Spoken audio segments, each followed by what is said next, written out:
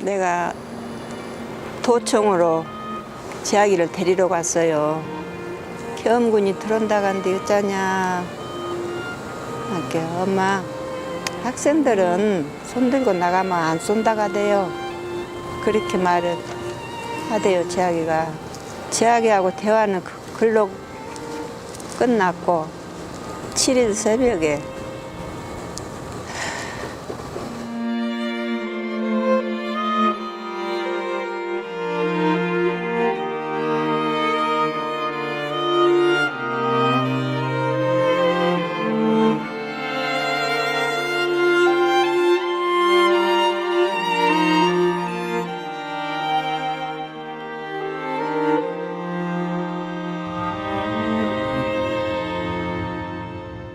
재학아, 엄마 안 보고 싶었어. 사장, 새와 피. 평범한 볼펜이었습니다. 모나미 검정 볼펜. 그걸 손가락 사이에 교차시켜 끼우게 했습니다. 그야 왼손이죠. 오른손으론 조서를 써야 하니까. 예, 그렇게 비틀었습니다. 이 방향으로도 이렇게. 처음엔 견딜만 했습니다. 하지만 날마다 같은 곳에 그렇게 하니까 상처가 깊어졌어요. 피와 진물이 섞여 흘렀습니다. 나중엔 이 자리에 하얀 뼈가 들여다 보였습니다. 뼈가 드러나니까 알코올에 적신 약솜을 끼워주더군요. 제가 수감된 방에는 남자들만 약 90명이 있었는데 절반 이상이 같은 자리에 약솜을 끼우고 있었습니다. 대화는 금지되어 있었어요. 손가락 사이에 끼운 약솜을 눈으로 확인하면 잠깐 서로 마주보다가 시선을 피했습니다. 저도 그렇게 생각했습니다. 뼈가 드러났으니 그 자리는 이제 그만할 거라고. 그렇지 않았습니다. 더 고통스러울 걸 알고 약솜을 뺀 다음 더 깊게 볼펜을 끼우고 진이겼습니다. 철 창살로 막힌 5개의 방들이 부채꼴로 펼쳐져 있었고 총을 맨 군인들이 중앙에서 우리를 감시했습니다. 처음 방으로 밀어 넣어줬을 때에는 우리 중 누구도 입을 열지 않았습니다. 어린 고등학생들도 여기가 어디냐고 묻지 않았습니다. 서로 얼굴을 보지 않은 채 모두 침묵했습니다. 그 새벽에 겪은 일을 받아들일 시간이 필요했던 겁니다. 1시간여의 그 절망적인 침묵이 그곳에서 우리가 인간으로서 지킬 수 있었던 마지막 품이었습니다. 모나미 검정 볼펜은 조사실에 들어가면 변함없이 준비되어 있는 첫 순서였습니다. 내 몸이 내 것이 아니라는 걸 일단 분명히 해두려는 것 같았습니다. 내 삶의 어떤 것도 내 뜻대로 할 수 없다는 것을, 허용되는 건 오직 미칠 듯한 통증, 오줌똥을 지리도록 끔찍한 통증뿐이라는 것을.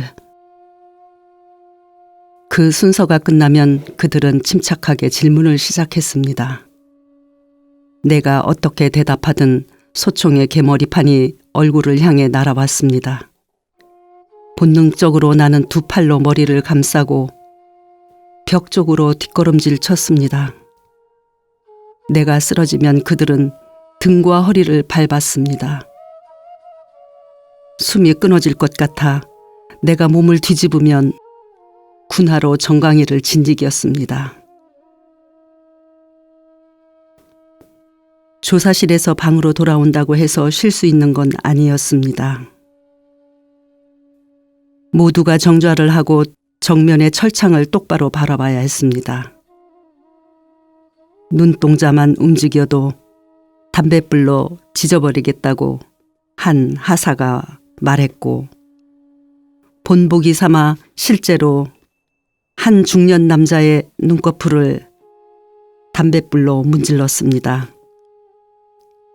무심코 손을 움직여 얼굴을 만진 고등학생을 의식을 잃고 축 늘어질 때까지 때리고 밟았습니다. 좁은 공간에 100명 가까운 남자들이 빈 공간 없이 앉아 있었으므로 온 몸에서 비 오듯 땀이 흘렀습니다. 목덜미를 스물스물 기어내려 가는 것이 땀인지 벌레인지 구별할 수도 확인할 수도 없었습니다. 땀을 흘린 만큼 목이 탔지만 물을 마실 수 있는 건 하루 3번 식사 때뿐이었습니다. 오줌이라도 받아 마시고 싶었던 동물적인 갈증을 기억합니다. 갑자기 졸게 될지 모른다는 공포. 그들이 언제 다가와 내 눈꺼풀에 담뱃불을 문지를 거라는 공포를 기억합니다. 그리고 배고픔을 기억합니다. 꺼진 눈두덩이에, 이마에, 정수리에, 뒷덜미에 휘부연 흙반처럼 끈질기게 달라붙어 있던 배고픔. 그것이 서서히 혼을 빨아들여 거품처럼 허옇게 부풀어 오른 혼이 곧 터트려질 것 같던 아득한 순간들을 기억합니다. 그곳의 한 끼 식사는 식판에 담긴 밥 한 줌과 국 반 그릇, 김치가 전부였습니다. 그것을 우리들은 2인 1조로 나눠 먹었습니다. 김진수와 한조가 되었을 때 서서히 혼이 빨려나간 짐승과 같은 상태였던 나는 안도했습니다. 그는 많이 먹을 것 같은 사람이 아니었으니까요. 얼굴이 창백하고 눈언저리는 병자처럼 어두웠으니까요. 두 눈은 생기도 표정도 없이 공허하게 번쩍였으니까요. 한 달 전 그의 부고를 들었을 때 가장 먼저 떠오른 것이 바로 그 눈이었습니다. 멀건 콩나물국에서 콩나물을 골라 먹다 말고 멈칫 나를 보던 눈.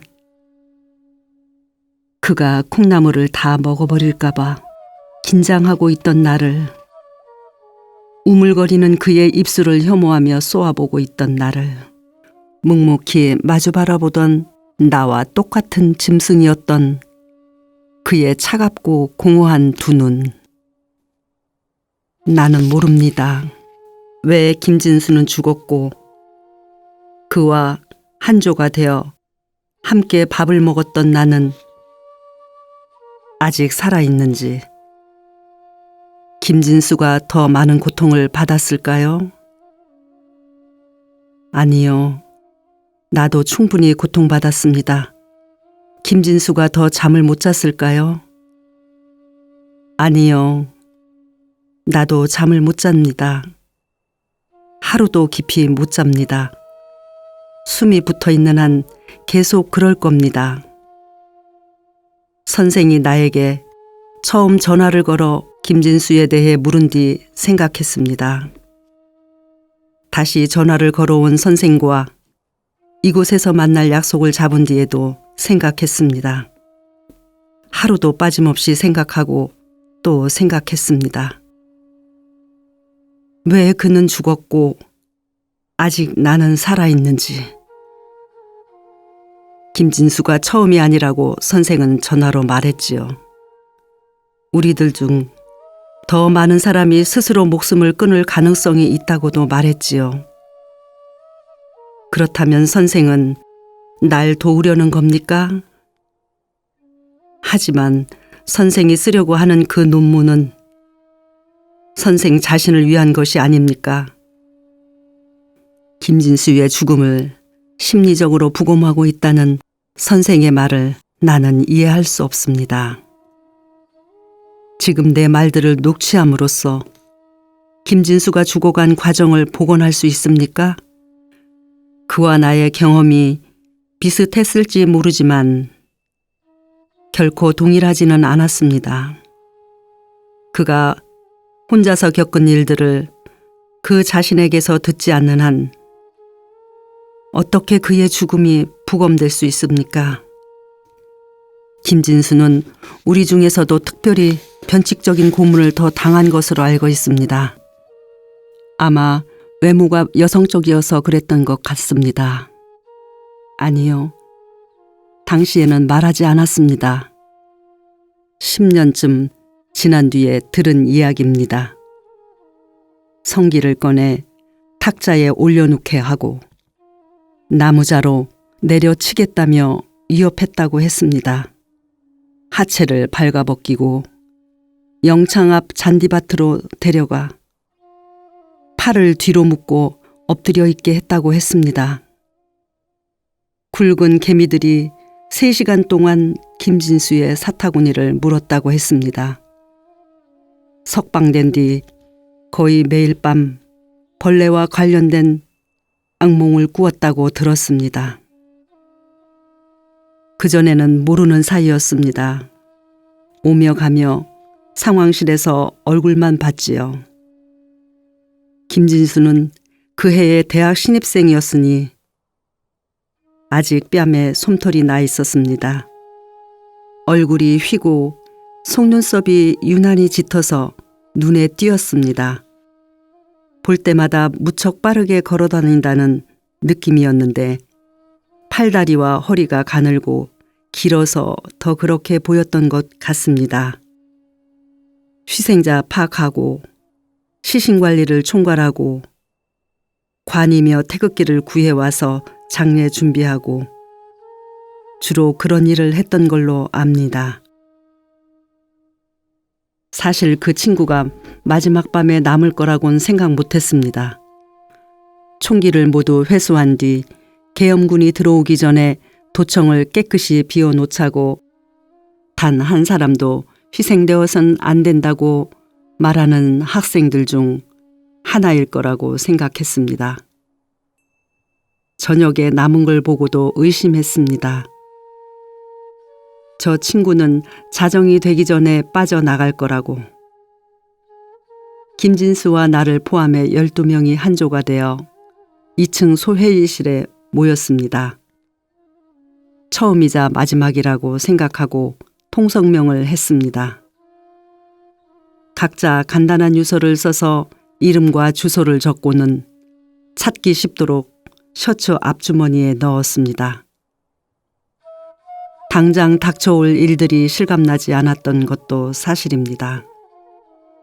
하지만 계엄군이 시내로 진입했다는 무전이 들어오기 시작하자 그제야 긴장이 되었습니다.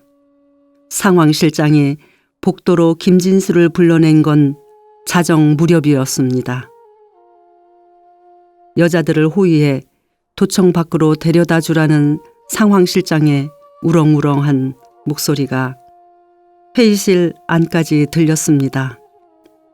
상황실장이 김진수를 지목해 그 일을 맡긴 건 유난히 가냘프게 생긴 그 친구가 돌아오지 않아도 좋다는 생각에서였을 거라고 나는 짐작했습니다.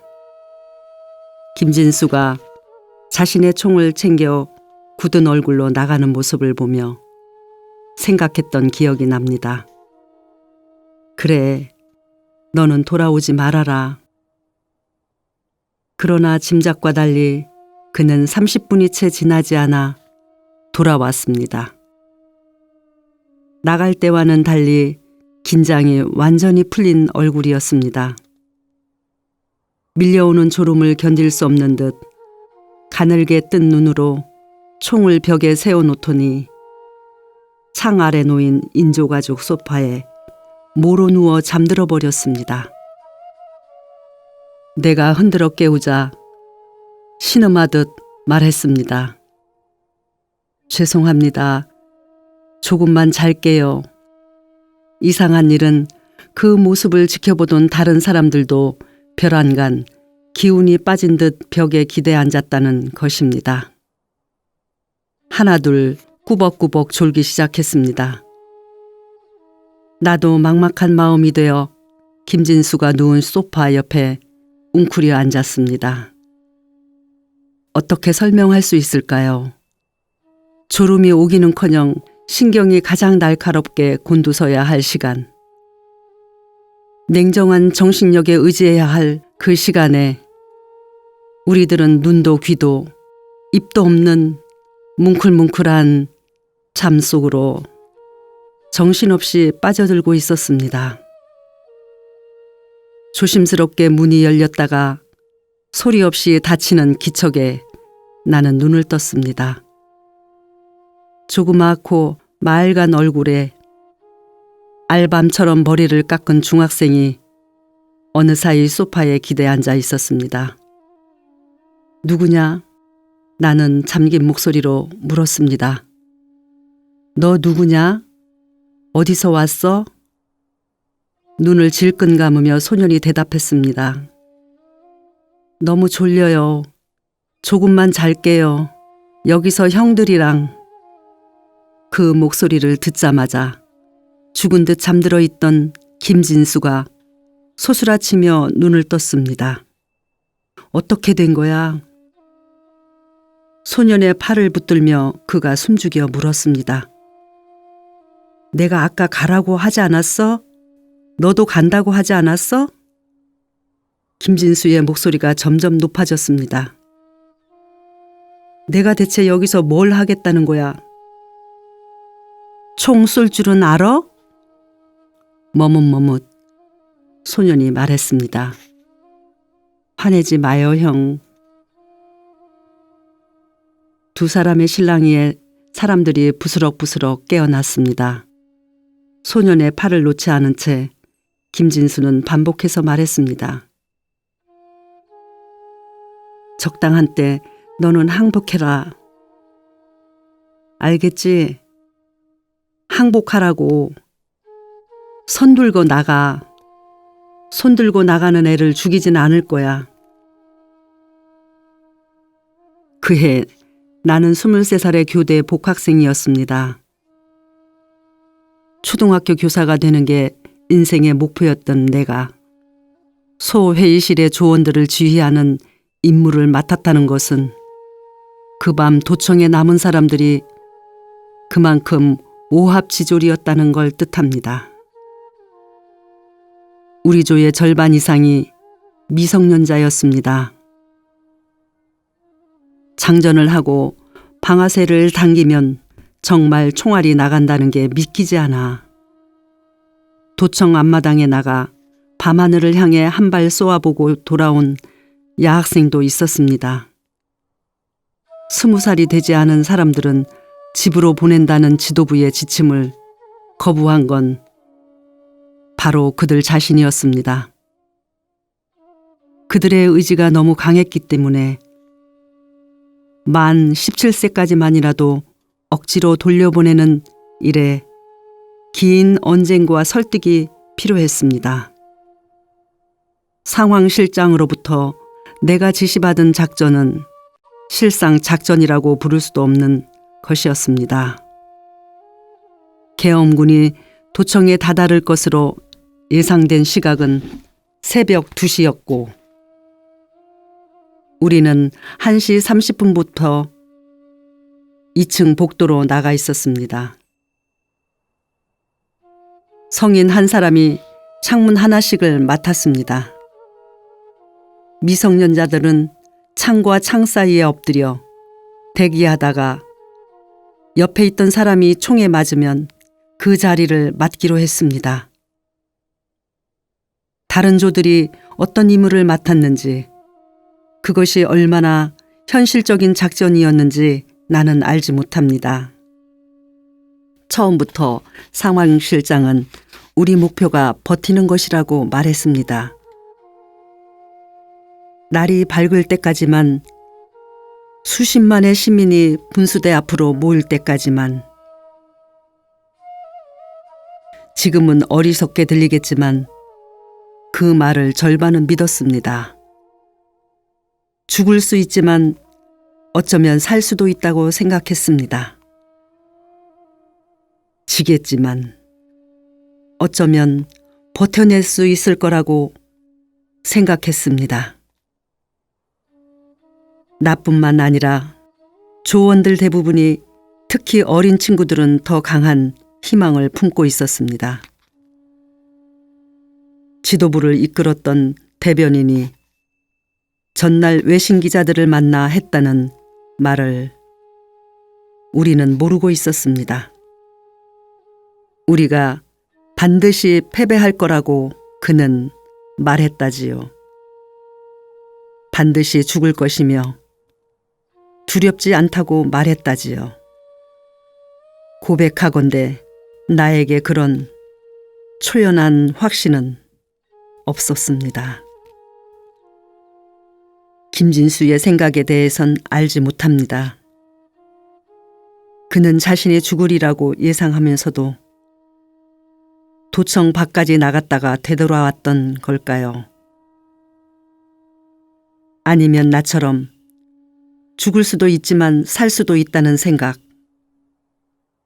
어쩌면 도청을 지킬 수 있을 것이고, 그렇다면 평생 동안 부끄러움 없이 살아갈 수 있을 거란 막연한 낙관에 몸을 실었던 걸까요? 군인들이 압도적으로 강하다는 걸 모르지 않았습니다. 다만 이상한 건 그들의 힘만큼이나 강렬한 무엇인가가 나를 압도하고 있었다는 겁니다. 양심, 그래요. 양심. 세상에서 제일 무서운 게 그겁니다.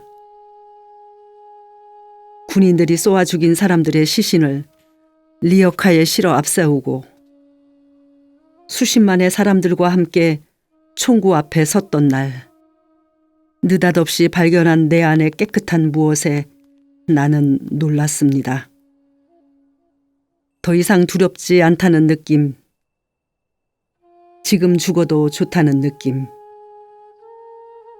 수십만 사람들의 피가 모여 거대한 혈관을 이룬 것 같았던 생생한 느낌을 기억합니다. 그 혈관에 흐르며 고동치는 세상에서 가장 거대하고 숭고한 심장의 맥박을 나는 느꼈습니다. 감히 내가 그것의 일부가 되었다고 느꼈습니다. 도청 앞 스피커에서 연주곡으로 흘러나온 애국가에 맞춰 군인들이 발포한 건 오후 1시경이었습니다. 시위 대열 중간에 서 있던 나는 달아났습니다. 세상에서 가장 거대하고 숭고한 심장이 산산조각나 흩어졌습니다. 총소리는 광장에서만 들리는 게 아니었습니다. 높은 건물마다 저격수가 배치되어 있었습니다. 옆에서, 앞에서 맥없이 쓰러지는 사람들을 버려둔 채 나는 계속 달렸습니다. 광장에서 충분히 멀어졌다고 생각됐을 때 멈췄습니다. 허파가 터질 듯 숨이 찼습니다. 땀과 눈물에 얼굴이 흠뻑 젖은 채 셔터가 내려진 상점 앞 계단에 주저앉았습니다. 나보다 강한 몇몇 사람이 다시 거리 가운데 모여 예비군 훈련소에 가서 총을 가져오자고 의논하는 소리가 들렸습니다. 가만히 있으면 다 죽어요. 우릴 다 쏴 죽일 거란 말이요. 우리 동네는 집에까지 공수들이 들어왔소. 무서워서 나는 머리맡에 식칼을 두고 잤소. 말이 됩니까? 저쪽은 총이 있는데 수백 발을 저렇게 백주 대낮에 쏘는데 그들 중 하나가 자신의 트럭을 몰고 돌아올 때까지 그 계단에 앉아 나는 생각했습니다. 내가 총을 들 수 있는지, 살아있는 사람을 향해 방아쇠를 당길 수 있는지 생각했습니다. 군인들이 가진 수천 정의 총이 수십만의 사람들을 살해할 수 있다는 것, 쇠가 몸을 뚫으면 사람이 쓰러진다는 것, 더웠던 몸들이 차가워진다는 것을 생각했습니다. 내가 함께 올라탄 트럭이 시내로 돌아왔을 때는 이미 늦은 밤이었습니다. 우리는 두 차례 길을 잘못 들었고 겨우 도착한 예비군 훈련소는 이미 다른 사람들이 총을 가져가 아무것도 남아있지 않았습니다. 그 사이 얼마나 많은 사람들이 시가전에서 희생되었는지 난 알지 못합니다. 기억하는 건 다음 날 아침 헌혈하는 사람들이 끝없이 줄을 서 있던 병원들의 입구, 피 묻은 흰 가운에 들것을 들고 폐허 같은 거리를 빠르게 걷던 의사와 간호사들, 내가 탄 트럭 위로 김에 싼 주먹밥과 물과 딸기를 올려주던 여자들, 함께 목청껏 부르던 애국가와 아리랑 뿐입니다. 모든 사람이 기적처럼 자신의 껍데기 밖으로 걸어나와 연한 맨살을 맞댄 것 같던 그 순간들 사이로 세상에서 가장 거대하고 숭고한 심장이, 부서져 피 흘렸던 그 심장이 다시 온전해져 맥박치는 걸 느꼈습니다. 나를 사로잡은 건 바로 그것이었습니다. 선생은 압니까? 자신이 완전하게 깨끗하고 선한 존재가 되었다는 느낌이 얼마나 강렬한 것인지, 양심이라는 눈부시게 깨끗한 보석이 내 이마에 들어와 박힌 것 같은 순간의 광희를, 그날 도청에 남은 어린 친구들도 아마 비슷한 경험을 했을 겁니다. 그 양심의 보석을 죽음과 맞바꿔도 좋다고 판단했을 겁니다. 하지만 이제는 아무것도 확신할 수 없습니다. 총을 메고 창 아래 웅크려 앉아 배가 고프다고 말하던 아이들, 소회의실에 남은 카스텔라와 환타를 얼른 가져와 먹어도 되느냐고 묻던 아이들이 죽음에 대해서 뭘 알고 그런 선택을 했겠습니까? 계엄군이 10분 안에 도청에 다다를 거라는 무전이 들어왔을 때 김진수는 자신이 맡은 창을 등지고 서서 말했습니다. 우리는 버틸 수 있는 데까지 버티다 죽을 거지만 여기 있는 어린 학생들은 그래선 안 된다. 마치 자신이 20살이 아니라 30이나 40쯤 되는 사내인 것처럼 그는 말했습니다. 항복해야 돼. 만약 모두 죽을 것 같다고 생각되면 총을 버리고 즉시 항복해. 살아남을 길을 찾아. 다음의 일은 말하고 싶지 않습니다. 더 기억하라고 나에게 말할 권한은 이제 누구에게도 없습니다. 선생도 마찬가지입니다. 아니요, 쏘지 않았습니다. 누구도 죽이지 않았습니다. 계단을 올라온 군인들이 어둠 속에서 다가오는 것을 보면서도 우리 조의 누구도 방아쇠를 당기지 않았습니다. 방아쇠를 당기면 사람이 죽는다는 걸 알면서 그렇게 할 수가 없었습니다. 우린 쏠 수 없는 총을 나눠 가진 아이들이었던 겁니다. 나중에 알았습니다. 그날 군인들이 지급받은 탄환이 모두 80만 발이었다는 것을. 그때 그 도시의 인구가 40만이었습니다. 그 도시의 모든 사람들의 몸에 2발씩 죽음을 박아 넣을 수 있는 탄환이 지급되었던 겁니다.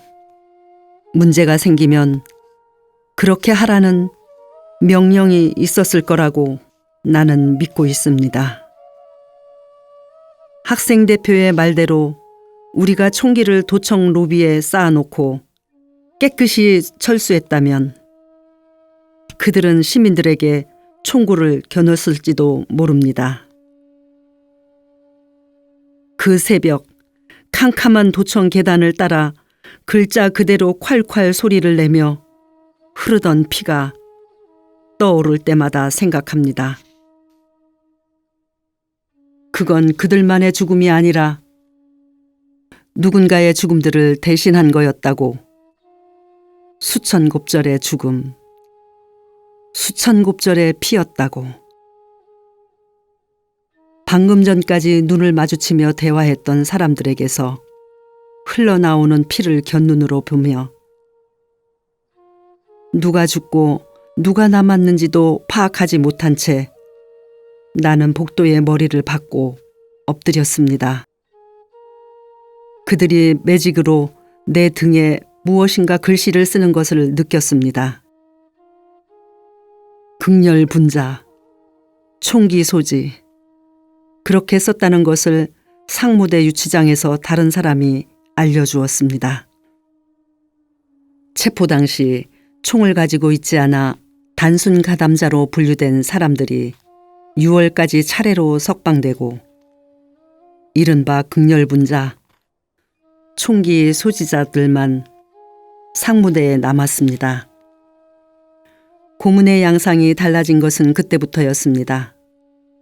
구타보다 정교하게 고통을 주는 방식, 고문하는 사람들의 체력에 부담을 주지 않는 방식을 그들이 택한 것입니다.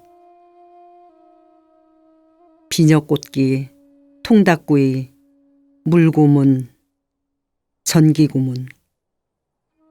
이제 그들이 원하는 것은 실제로 일어난 일들의 세목이 아니었습니다. 그들이 마련한 각본에 우리들의 이름으로 빈칸을 채울 수 있도록 우리들이 해야 할 일은 거짓, 자백뿐이었습니다. 김진수와 나는 여전히 식판 하나를 받아 한 줌의 식사를 나눠 먹었습니다. 몇 시간 전에 조사실에서 겪은 것들을 뒤로하고 밥알 하나, 김치 한쪽을 두고 짐승처럼 싸우지 않기 위해 인내하며 묵묵히 숟가락질을 했습니다. 실제로 어떤 사람들은 식판을 내려놓고 소리쳤습니다. 참을 만큼 참았어. 그렇게 내가 다 처먹으면 난 어쩌란 말이야. 으르렁거리는 그들 사이로 몸을 밀어넣으며 한 남자애가 더듬더듬 말했습니다. 그러지 마요. 좀처럼 입을 떼지 않는 늘 주눅든 듯 조용한 아이였기에 나는 놀랐습니다. 우리는 죽을 각오를 했었잖아요. 김진수의 공허한 눈이 내 눈과 마주친 것은 그때였습니다. 순간 깨달았습니다. 그들이 원한 게 무엇이었는지, 우리를 굶기고 고문하면서 그들이 하고 싶었던 말이 무엇이었는지, 너희들이 태극기를 흔들고 애국가를 부른 게 얼마나 웃기는 일이었는지 우리가 깨닫게 해주겠다. 냄새를 풍기는 더러운 몸, 상처가 문드러지는 몸, 굶주린 짐승 같은 몸뚱어리들이 너희들이라는 걸 우리가 증명해 주겠다.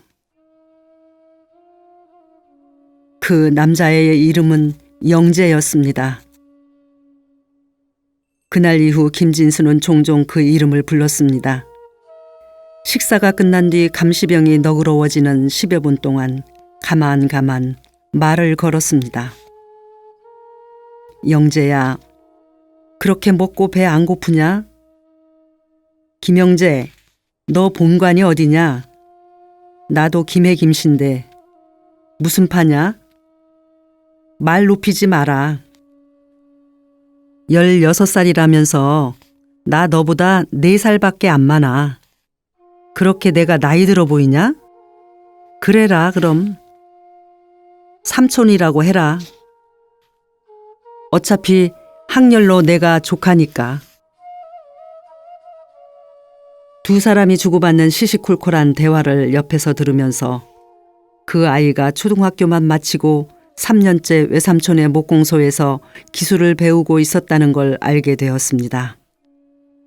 2살 많은 외사촌 형을 따라 시민군에 들어갔는데 형은 마지막 새벽 YMCA에서 죽고 혼자 잡혀왔다고 했습니다.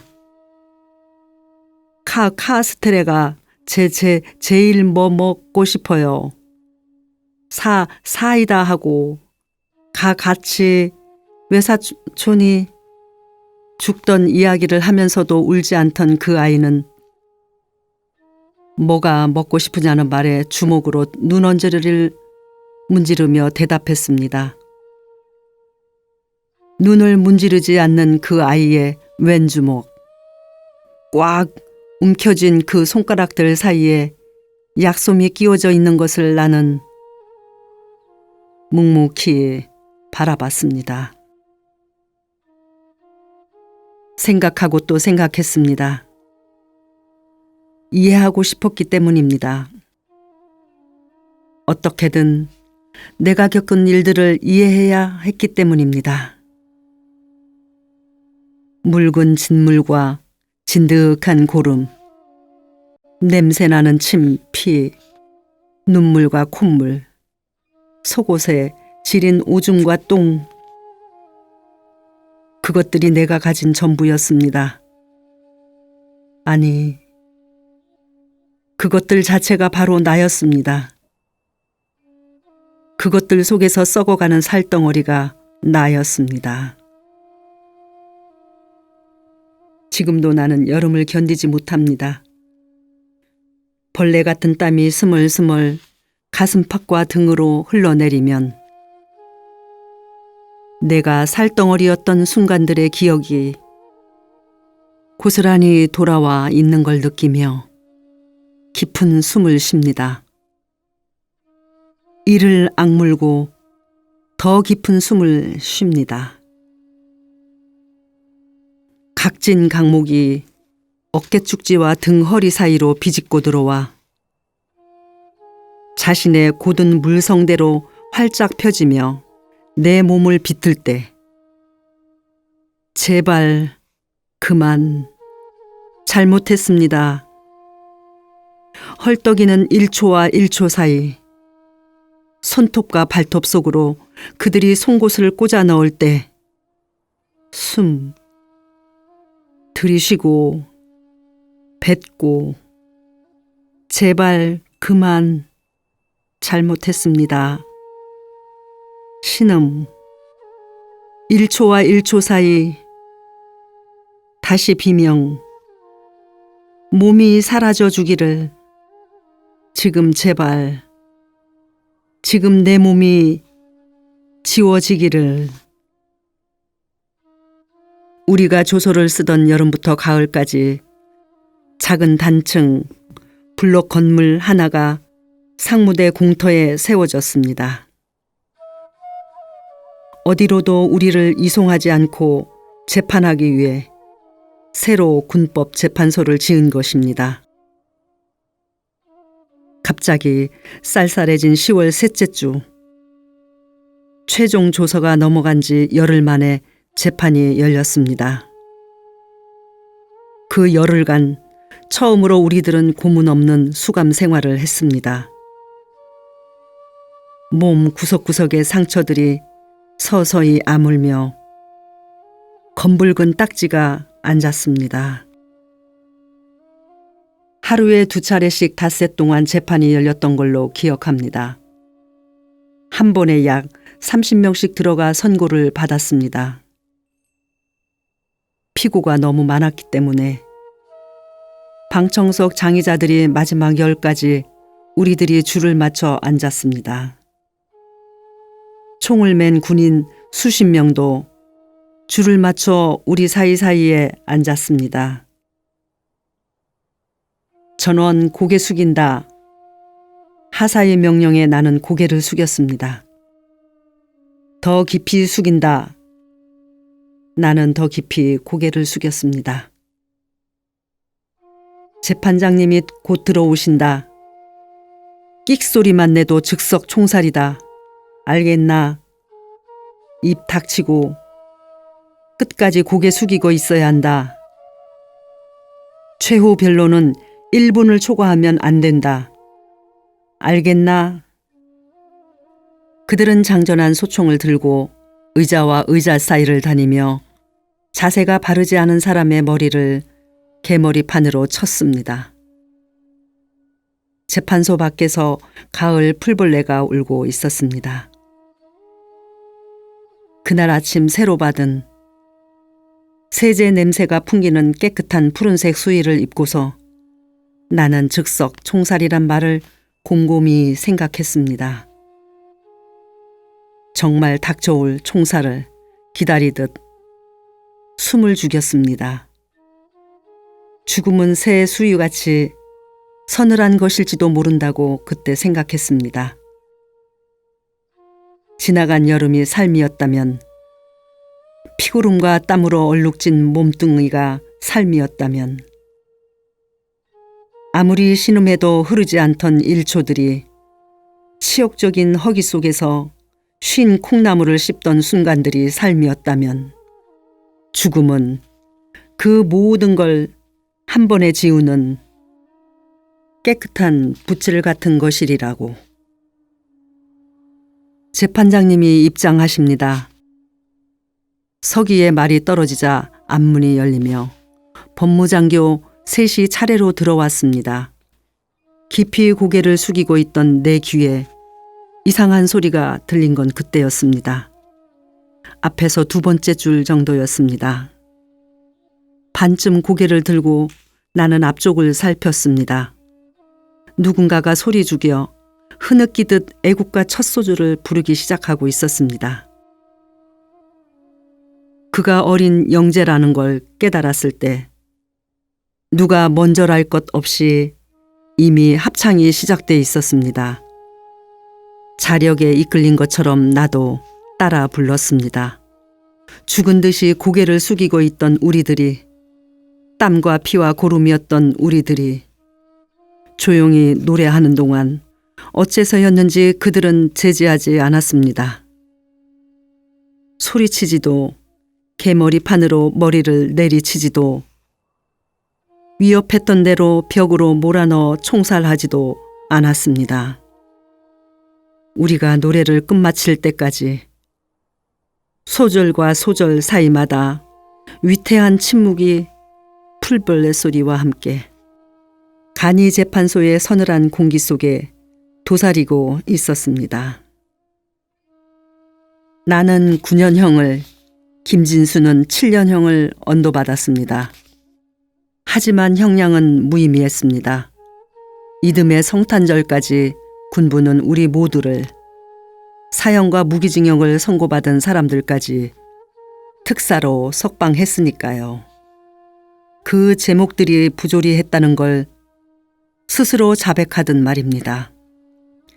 김진수를 다시 만난 것은 교도소를 나온 지 이태가 되어가던 새 밑이었습니다. 중학교 동창을 만나 밤새 술을 퍼마시고 집으로 돌아가던 새벽, 길가 허름한 해장국집에 혼자 앉아 있는 젊은 남자를 창 너머로 보며 지나쳤다가 나는 멈췄습니다.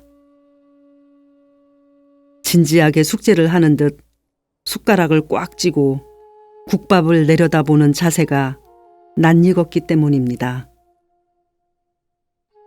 아무리 애써도 이해할 수 없는 수수께끼가 그 안에 담겨 있는 듯 캄캄한 선짓국의 밑바닥을 들여다보는 길고 짙은 속눈썹 아래 열린 공허한 눈. 내가 국밥집으로 들어가 김진수의 앞에 앉자 그는 무감각하고 차가운 시선으로 나를 건너다 보았습니다.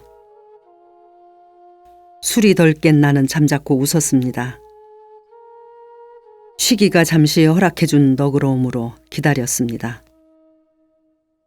잠에서 막 깨어난 것처럼 부스스하고 희미한 미소가 그의 얼굴에 어릴 때까지 주섬주섬 그간의 안부를 묻는 동안 우리의 눈길은 투명한 촉수처럼 조용히 서로에게 뻗어나가 얼굴 안쪽의 그늘을 대화와 헛웃음으로 덮이지 않는 고통의 흔적을 어루만져 확인했습니다. 우리는 모두 학교로 돌아가지 못했고 가족의 신세를 지며 생계를 이어가고 있었습니다.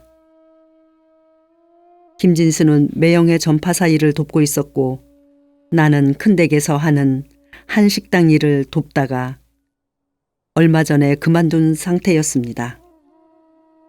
연말까지 쉬다가 해가 바뀌면 택시 회사에 들어갈 생각이라고 돈을 모아 언젠가 개인 택시를 하겠다고 내가 말하자 그는 덤덤하게 대꾸했습니다.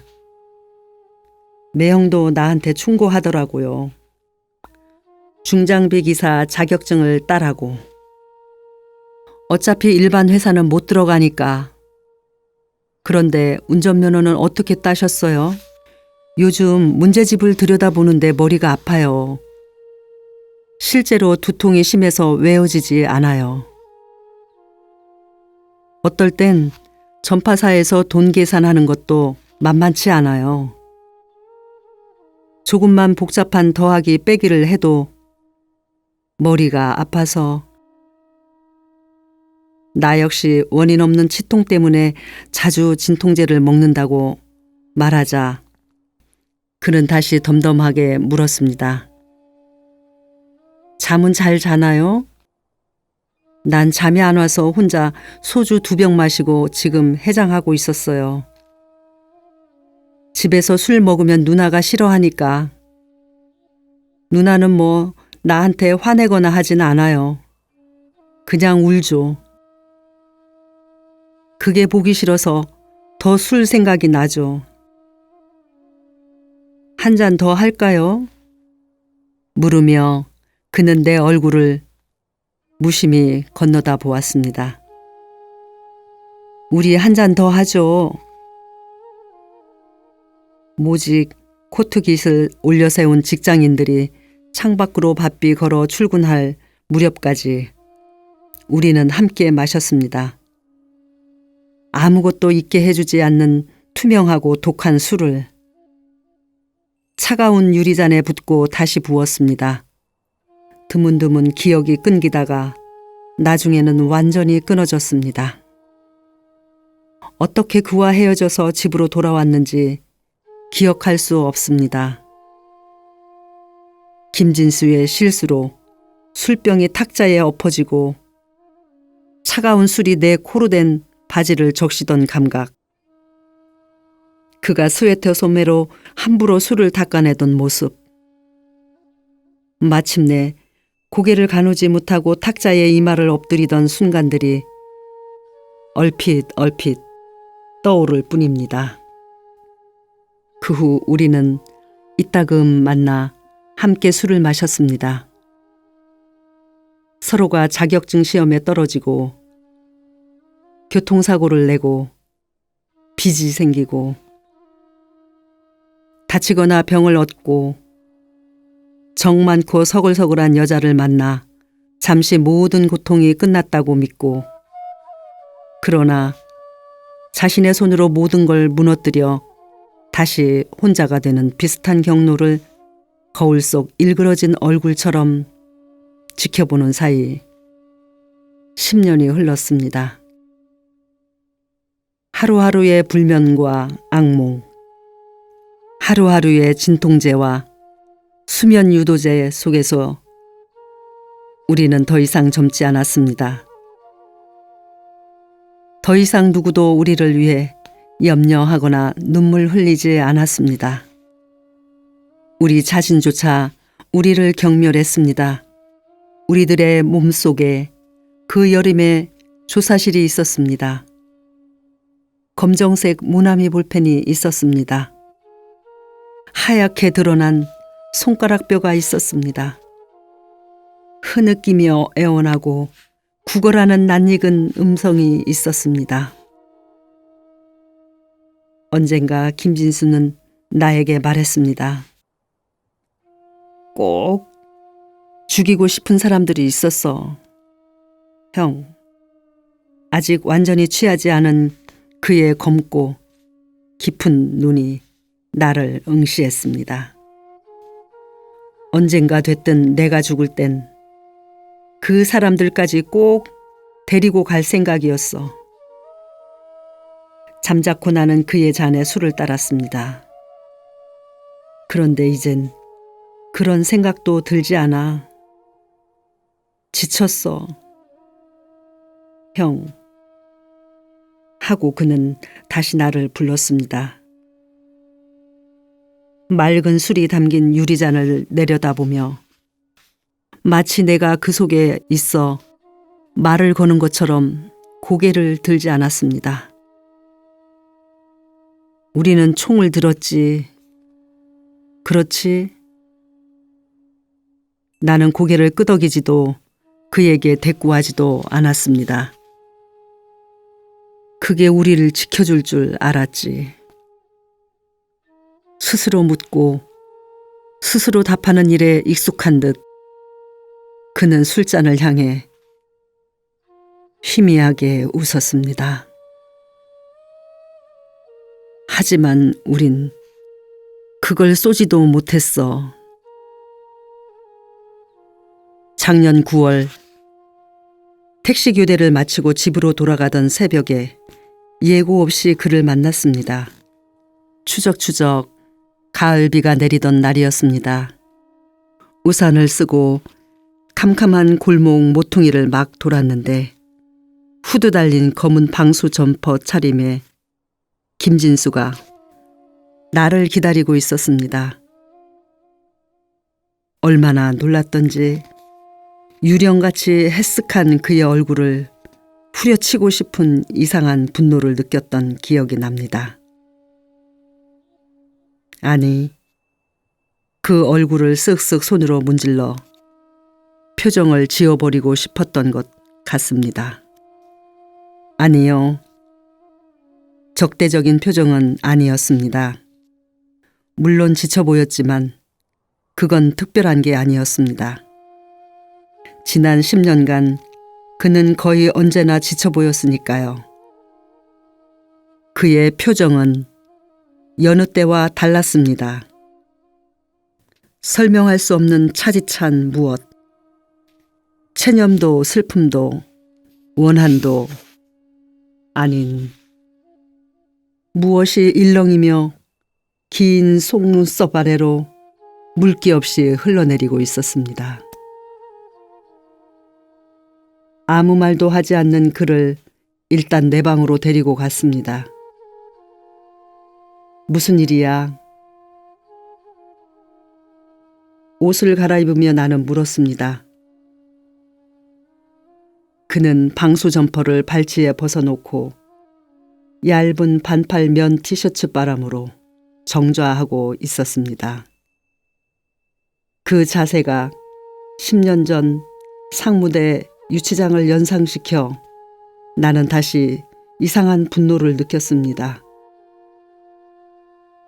10년 전 날마다 마주보았던 것과 똑같은 특유의 구부정한 자세로 그는 땀 냄새를 풍기며 체념과 복종과 공허함이 구역질나게 뒤섞인 어두운 얼굴로 나를 올려다보고 있었습니다. 술 냄새도 안 나는데 언제부터 기다리고 있었어? 비가 이렇게 오는데. 어제 재판이 있었어. 마침내 김진수가 입을 열었을 때 얼른 이해하지 못해 나는 되물었습니다. 재판? 김영재 기억해? 우리하고 같은 방에 있었던. 나는 김진수를 마주보고 앉았습니다. 그를 흉내내듯 잠시 정좌했다가 차가운 벽으로 물러나 느슨히 등을 기댔습니다. 확률로 나하고 조카뻘이었던 애 말이야. 그래 하고 나는 대답했습니다. 어쩐지 다음 말을 듣고 싶지 않았습니다. 이번에 정신병원 들어가게 됐어. 그래 하고 다시 대답하며 나는 냉장고를 돌아보았습니다. 소주 4병이 냉장칸 맨 아래에 이틀치 비상약처럼 조용히 숨겨져 있었습니다. 아마 영원히 못 나올 거야. 나는 일어서서 냉장고로 걸어갔습니다. 소주병들을 꺼내 쟁반에 놓고 잔도 2개 꺼냈습니다. 뚜껑을 열려고 병목을 만질 때 유리 표면에 맺혀있던 차가운 물방울이 손바닥을 적셨습니다. 사람을 죽일 뻔했대. 나는 멸치볶음과 콩자반을 접시에 덜었습니다. 소주를 냉동실 얼음칸에 얼리고 싶다는 생각을 문득 했습니다. 주사위 모양의 얼음 소주를 씹어 먹으면 어떤 기분일까? 안주할 만한 게 이것밖에 없다. 발치에 쟁반을 내려놓는 나를 아랑곳하지 않으며 그는 점점 빠르게 말을 이었습니다. 국선 변호사가 그러는데 지난 10년 동안 6차례 손목을 그었대. 매일 밤 수면제를 술에 타서 먹고 잤대. 나는 김진수의 잔에 술을 채웠습니다. 한 잔만 같이 마신 뒤 이불을 깔고 누워 잠을 청할 생각이었습니다. 김진수에게는 혼자서 마실 만큼 마시고 비가 그치는 대로 나가라고 말할 생각이었습니다. 그동안 김진수가 그 아이를 얼마나 자주 만났고 그 아이가 어떻게 살아왔는지 궁금하지 않았습니다. 그가 말한다 해도 듣고 싶지 않았습니다. 날이 밝을 시간이었지만 비가 계속 내려 창밖은 저녁 무렵처럼 어두웠습니다. 마침내 이불을 펴고 누우며 나는 감정을 섞지 않고 말했습니다. 너도 눈 좀 붙여라. 한잠도 못 잔 것 같은데. 그는 스스로 잔을 채워 한 번에 들이켰습니다. 얼굴까지 이불을 덮어쓰고 돌아듬는 나를 향해 계속해서 느릿느릿 궤변에 가까운 횡설수설을 이어갔습니다.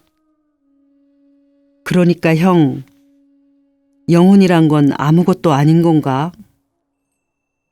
아니, 그건 무슨 유리 같은 건가?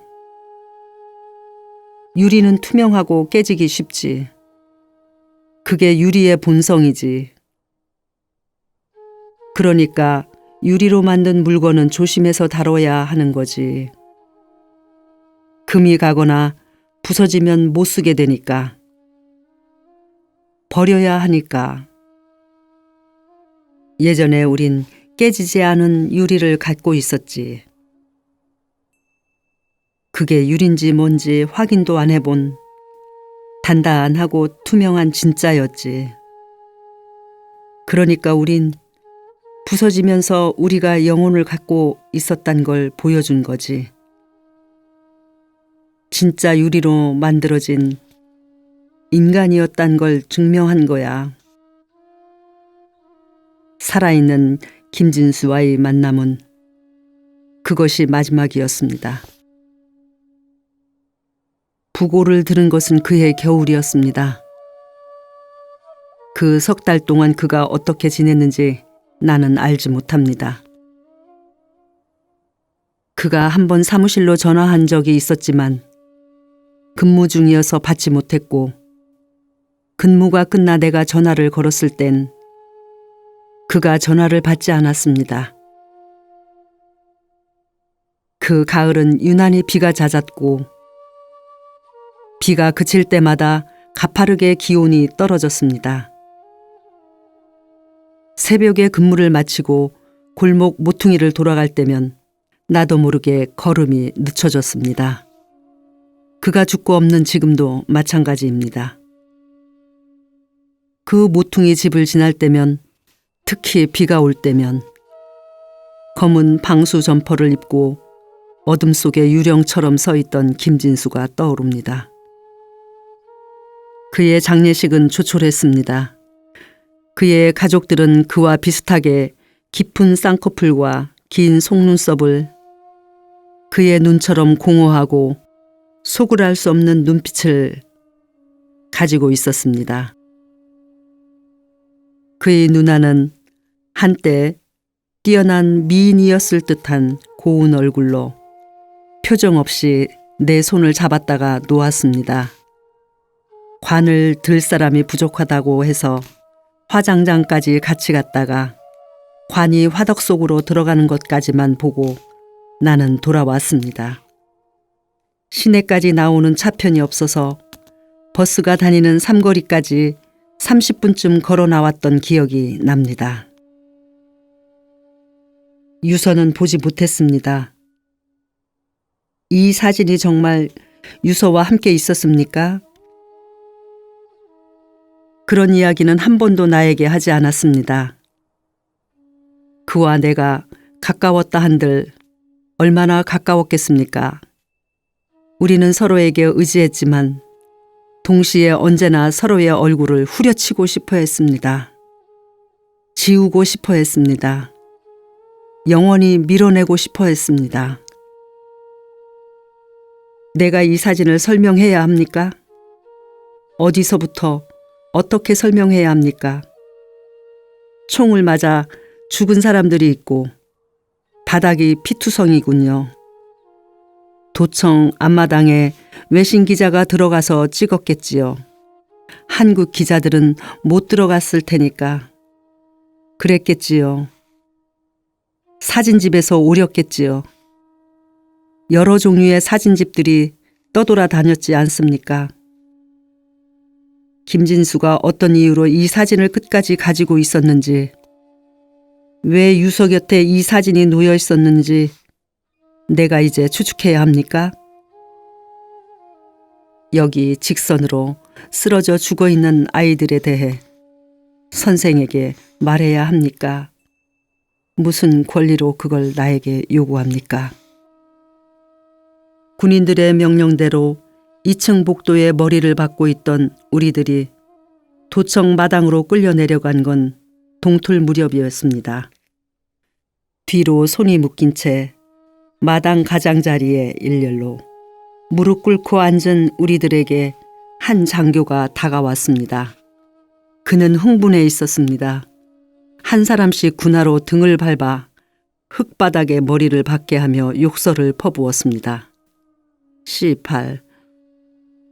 내가 월남 갔다 온 사람이야. 내 손으로 죽인 베트공 새끼들이 30명도 넘는다. 더러운 빨갱이 새끼들. 그때 김진수는 내 옆에 있었습니다.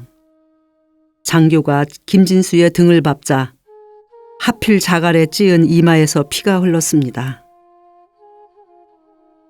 5명의 어린 학생들이 2층에서 두 손을 들고 내려온 곳은 그때였습니다. 계엄군이 대낮같이 조명탄을 밝히며 기관총을 난사하기 시작했을 때 내가 소회의실 캐비닛에 숨으라고 명령했던 4명의 고등학생과 소파에서 김진수와 짧은 실랑이를 벌였던 중학생이었습니다. 더 이상 총소리가 들리지 않자 그들은 김진수의 말대로 무기를 버리고 항복하러 내려온 것이었습니다.